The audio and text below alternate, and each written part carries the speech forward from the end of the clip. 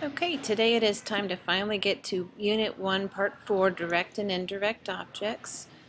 We're going to go through this with the note sheet, so the material you will need for this will include the grammar notes from PowerPoint. First of all, the direct object, as we've been talking about for weeks, is the receiver of the action in the sentence. It has to be either a noun or pronoun, so it will be handy if you can remember those as well. It's always going to come after an action verb, and that's partly why we've been focusing on, is it a linking verb, is it a helping verb, is it an action verb? Okay, this is where it all comes into play. Now, example 1, the boy broke the dish. Who's the subject of the sentence? What is the sentence about? Or who is the sentence about? Well, it's about the boy, right? So boy is our subject. What did the boy do? What is his action? The boy broke something. What did the boy break? He broke the dish. When you're looking for a direct object, you're always going to look for a noun or pronoun that receives the action of the action verb. You can see there that dish is that direct object. Now we'll diagram it like this. Now technically there wouldn't be a full line on the right hand side. It would only go down to the horizontal line. And we'll worry about the other parts later. Okay, so our next slide here, is example 2. Melissa took the paper and pen. Now just like we can have compound subjects and compound verbs, we can also have compound direct objects. Who's the sentence about? Melissa. What did she do? She took. What did she take? The paper and pen. So the words paper and pen would also be diagrammed, and actually we would probably do the little rocket ship to be accurate, but for here we've just separated them with a comma. Now here's example number 3. Sometimes, remember I said you can have a noun or pronoun as a direct object. Well, here we have a pronoun. Who's the sentence about? He. What did he do? He called. So called is our action verb. And who or what did he call? He called her. So her is actually our direct object. Yesterday is just an adverb. It tells us when did he call her? Yesterday. We'll have another unit on that later. So this is how we would diagram the sentence. Oops, there we go. Okay, so give direct objects a try. Now you saw the 3 examples if you've been following your note sheet right there. Let's take a look at the next one. Thick ice covered the trees. Think about what is your subject of the sentence. Now it's not thick ice. Thick is just an adjective telling us what kind of ice it was. Ice is the subject of the sentence. And what did the ice do? It covered. So covered goes on our middle line, and it is our action verb. And who or what did it cover? It covered the trees. So trees is our noun or pronoun that becomes the direct object in that sentence. Now see if you can hit the pause button and do the next 2 on your note sheet by yourself. The photographer accidentally dropped the camera, and frustrated, Joey tossed his report card in the garbage. Oh no, Joey, you must not be using your study skills. Okay, so hit the pause button and see if you can do both of those.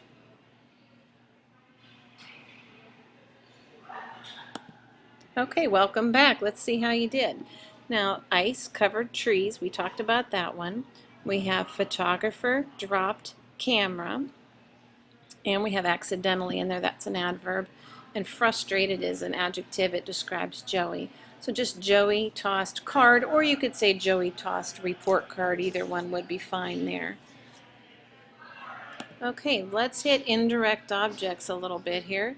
An indirect object is the secondary receiver. So even though a direct object answers the question who or what, the indirect object answers the questions to whom, to what, for whom, for what.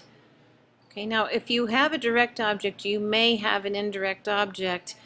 If you don't have a direct object, then you cannot have an indirect object. This road goes only one direction. Yeah, I said it, one direction. You can have an indirect object with a direct object, but you will never have, and you can have a direct object that's just by itself, but you won't have just an indirect object. All right, let's move on. Justin gave his girlfriend a ring. Ah. Who's the sentence about? Justin. What did he do? He gave. What did he give? A ring. So it's easy to get these confused right here. Hold on a second. Sorry about that. I lost my Wi-Fi at the rink here. Okay, so to whom did he give the ring? Well, to his girlfriend. And so girlfriend is the indirect object. Now, you'll see that this is not diagrammed correctly. I've made it easier for you on your papers, I think, but gave is actually you're going to have a slanted line under gave and then a horizontal line. Also, I'll have an example of this on the board, so just look up there.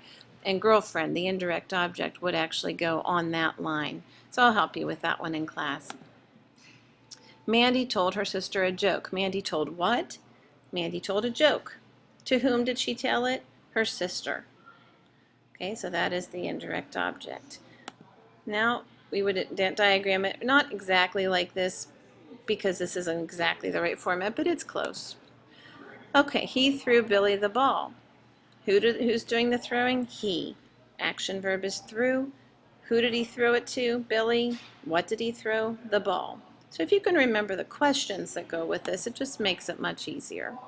Okay, and you can see the sentence more or less diagrammed. Now we're going to try some on your own. But first, a quick review.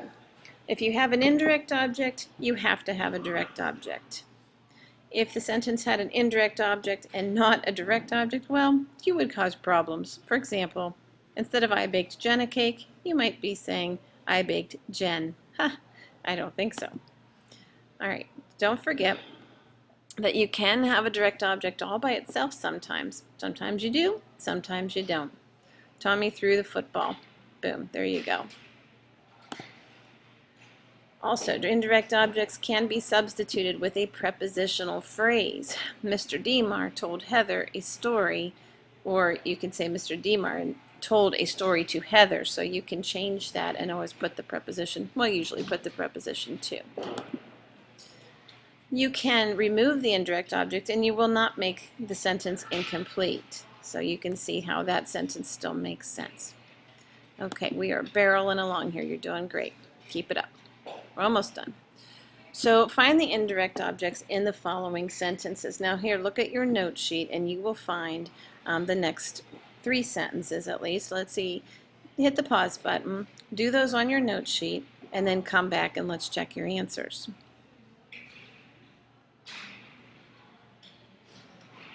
Okay, welcome back. Here we go.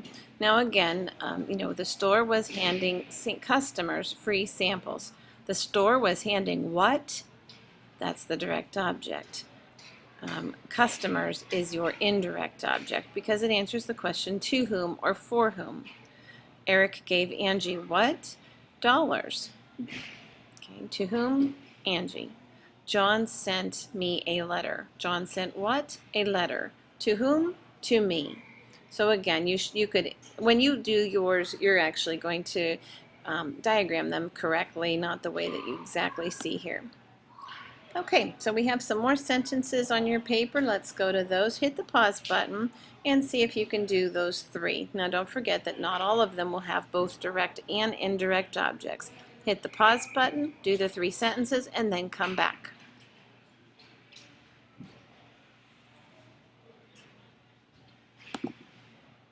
Okay, welcome back. I hope you didn't fake me out there. Here are the answers. We gave what? We gave an award. Who did we give it to? Mike. Okay. Now, winning the race, that's a verbal. We're not going to worry about verbal phrases right now. It's different than a verb phrase. The skater fell. Skater and fell. On the ice is a prepositional phrase, so that's all you've got in that sentence. And Sam traded what? Cards with his brother is a prepositional phrase. And surprise, that is the end. Okay, now I want you to hit the pause button if you need to, and I want you to go to practice 1. You'll find this on Blended Schools.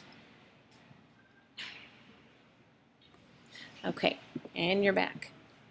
So we're going to start here with practice 1. For each sentence, you're going to cross out the prepositional phrases, if there are any, and there were some, not a lot. You're going to find the subject, the verb or verb phrase, the direct object if there is one, and the indirect object if there is one. and then you're going to diagram the sentence. You'll have to draw your own lines here. Sorry, that was really tiresome. Okay, you'll also see in number 1 the correct way to put the indirect object if you hadn't looked at the board or if you hadn't been in class for this. So our example is, during feudalism, the lords owned the land. Here, I'll pull that up for you. Hang on a second.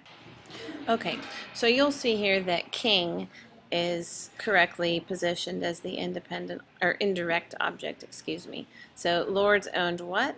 Lords owned land. Knight showed what? Bravery. To whom? The king. So here we have, the serf moved his wagon and horses for the lord. What's the sentence about? Correct, it's serf. What did he do? Or she, I suppose. Moved. So there we have our subject and our action verb. Now, what did the serf move? Right, we have 2 words here, wagon and horses. Now this you could draw a little rocket ship for. I'll try to remember to put an example of that on the board as well. For the Lord, what do we do with that? Correct, we cross it out. It's a prepositional phrase. Now moving down, we have the next one. The apprentice made his master a beautiful gold cup. Do that one.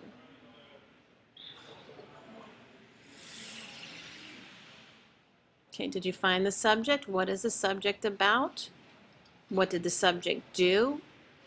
What did the subject make? That'll be your direct object. And who did the subject make it for? And that is going to be your indirect object. Okay, go ahead and do number 4 and 5. We'll check them together, and then, or we might have your partner check them, and then we're going to start on the back on practice 2. Please do not do practice 2 until we have checked practice 1, just to make sure that you're on track. Thanks for sticking with me this long. I know it's been a long time. You've done a great job, and we are going to have a quiz on this next week before we jump into something similar, predicate adjectives and predicate nominatives. Then we're almost finished with Unit 1. I'll try to remember also to put some practices on Blended Schools, so you can always check there, or you can sign up for Panther Time to come in and work on this as well. Okay, thanks.